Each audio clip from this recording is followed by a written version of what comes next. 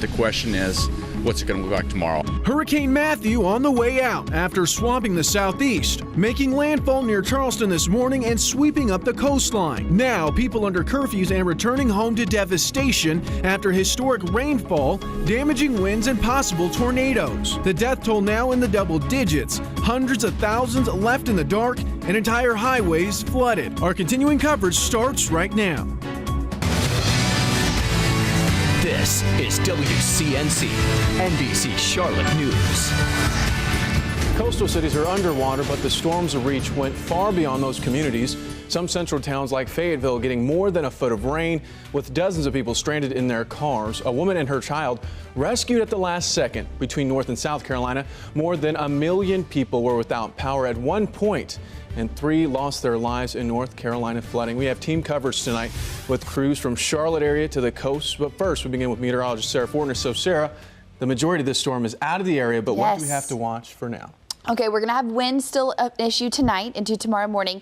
And then those areas that are under a flood warning, waiting for those waters to recede. That's what we're basically doing. We're watching Matthew exit the coast. 11 p.m. advisory in this evening. Wind still at 75 miles per hour, keeping it a Category 1 hurricane. Now 30 miles south of Cape Lookout, North Carolina, moving east-northeast at about 14 miles per hour. Expected to downgrade into a tropical depression before you know it. Moving off the coast, but still flooding is the main story. In parts of eastern North Carolina, you see tropical storm warning still in place, but look at the flood watches and warnings inundating the Tar Heel State. Some of those watches all the way into our area. Now, while some showers are finally starting to move out, take a look at quickly at radar. You can see a lot of that rain finally moving out. So now we dry out. I've got a full check of your forecast, which does include a wind outlook ahead. Back to you. All right, thank you, Sarah. Well, Governor McCrory says he's taking this storm very seriously, and he wants you to as well. He has a message for the people in North Carolina tonight. I'm really worried about people getting on the roads. Do not drive unless you absolutely have to. We've got very dangerous conditions. We've got some dam issues right now that could be breaking. We've got some people trapped in cars. If you put yourself at risk, you're then putting our emergency operation workers at risk, and that's not fair to anybody. Roads turned into rivers across Raleigh and Fayetteville today. Water raced down the streets, cascading over the sides. Record-setting rain covered yards and crept up to the front doors of many homes in those areas. Governor McCrory says that the danger is far from over. Relentless rain and whiplashing winds wreaking havoc across North Carolina. We've already had loss of life, and we don't want any more loss of life. Raging waters in Raleigh, entire neighborhoods underwater and front yards completely flooded. It's at the barn, Keisha. This Papa John's pizza delivery car submerged and creeks bursting at the seams. And there it goes. Oh my God. Massive trees toppling. This is a viewer video from Fayetteville, one of the hardest hit areas. It is very, very dangerous conditions right now in Fayetteville, North Carolina. Officials say there were 20 swiftwater rescues, including this emotional one caught on camera. Driver left about an hour and a half ago. Oh, come on, sweetie. Oh, it's okay. Come here. Both the toddler and his mother were pulled to safety. There's also this inspiring image of firefighters saving a man's best friend in a cast with a broken leg. The Fayetteville mayor calling for a curfew Saturday because of the number of emergency rescues they've had. I'm urging all people to stay off the roads from Raleigh east and even some of the areas west of Raleigh toward Greensboro. South Carolina also dealing with a lot tonight. Right now, about 830,000 people don't have power across the state. A couple hundred roads are closed because they're impassable. Governor Nikki Haley took the time tonight to ask people to stay safe and thank those for helping out those in need. If you see any of our first responders, law enforcement, utility linemen, DOT crew members, or National Guard, please thank them, because they have left their families and they have possibly left damaged homes themselves just to make sure they take care of everybody else. Haley went on to ask people to stay home tonight and keep in mind that lives are what's most important. And you can see why she's asking that after things like this happen. Myrtle Beach is one of the areas Hurricane Matthew hit the hardest. The storm surge and high waves pummeled Surfside Beach, washing the pier away piece by piece. And now that Matthew has moved beyond South Carolina, state officials and homeowners are taking a look at the damage left behind. NBC Charlotte Savannah Levins has been in the Charleston area for the last several days, bringing great work in today. They took the Chevy Storm Tracker to the beach where there is a lot of damage there. Yeah, guys, this is the worst damage, hands down, that we've seen from Matthew so far here on Edisto Beach. This home here demolished, the roads covered in sand, massive trees uprooted in the streets. Hurricane Matthew devastating this area and so many others. Overnight, wind howled, waves crashed, and rain poured.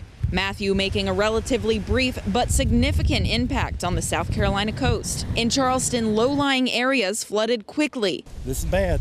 It's bad. Further south, even more devastation. There's still debris on the causeway, and down at the beach there's some pretty bad destruction on the front beach, and the front beach road is covered completely in sand. In Edisto, some homes have been left completely destroyed. Officials say they don't believe anyone was hurt. In fact, all but 8 people evacuated. And it seems like nobody's been injured. A couple of houses damaged, some trees down, and the beach is bad. I think it's going to be terrible. Now, state officials have still not given the all clear to go home. They want to still assess the situation and make sure it's safe for residents to return. They're asking for patience at this time because, of course, safety is still a priority. And just because the eye of that storm has passed does not mean it's safe to come back, as you can see from this scene behind me here. In Edisto Beach, I'm Savannah Levins. I'll send it back to you. Thank you, Savannah. Well, the heavy rain and winds toppled trees across the Charlotte area today as well. One woman was sleeping when a tree came crashing through her roof. She was able to get out safely, but her house is now damaged completely. NBC Charlotte's Brandon Goldner picks up our weather team coverage from Charlotte tonight.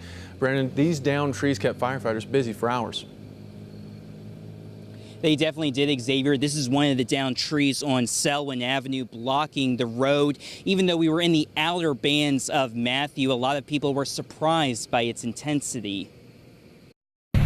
It'll be a busy weekend for Duke Energy crews as dozens of uprooted trees snap power lines throughout the city. Which house do you live in? That one right there on the corner. Clayton Brewster's home lost power after this tree slammed onto this power line. All of a sudden I heard this big bang. I thought it was thunder. He's one of thousands of Charlotte homeowners without electricity. Hoping we get power back soon, man.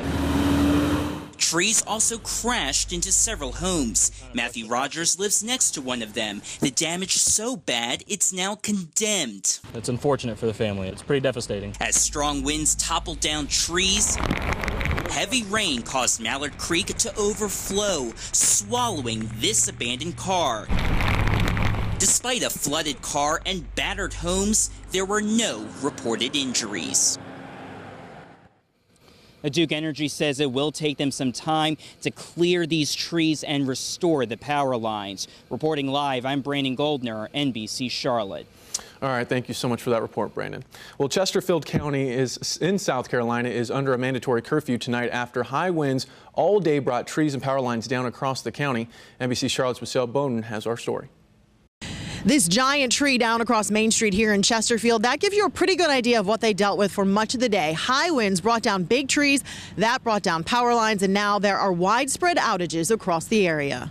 We knew it was the power lines. It was around lunchtime. I was going to the kitchen and I heard 2 pops. Then I thought out the side of my eye, fire. We just heard a loud boom and the transformers blew and we saw a fire. This giant tree blown down across Main Street in Chesterfield, the power lines brought down with it. It's scary, real scary. But Crystal Miller and her dog are ready. She's got chili warming, flashlights in every room, and of course a radio. I'm very prepared. So are their neighbors, thanks to the kindness of the grocery store that even without power stayed open, letting customers pay for supplies using calculators to pay at the checkout. That's Piggly Wiggly.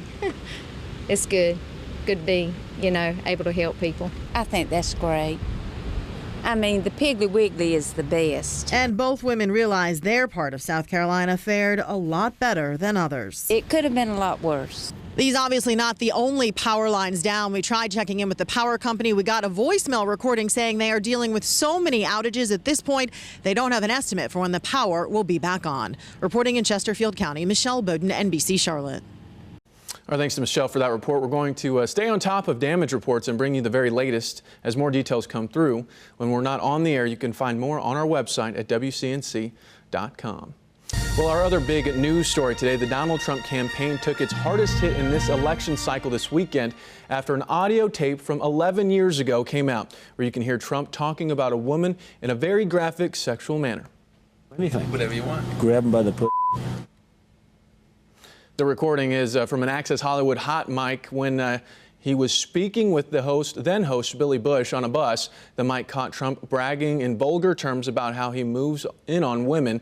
Now he's in the middle of a political firestorm with politicians from both sides of the aisle that are calling on him to drop out of the race. Cumulatively speaking, this is one more nail, right, in the collective coffin. Trump released a taped apology but said he's not going anywhere. He'll get a second chance to defend himself tomorrow night in the second presidential debate against Democratic candidate Hillary Clinton. The Carolinas have seen plenty of rain. Now, when will it finally stop? And what can we look forward to for the rest of your weekend? Stay here.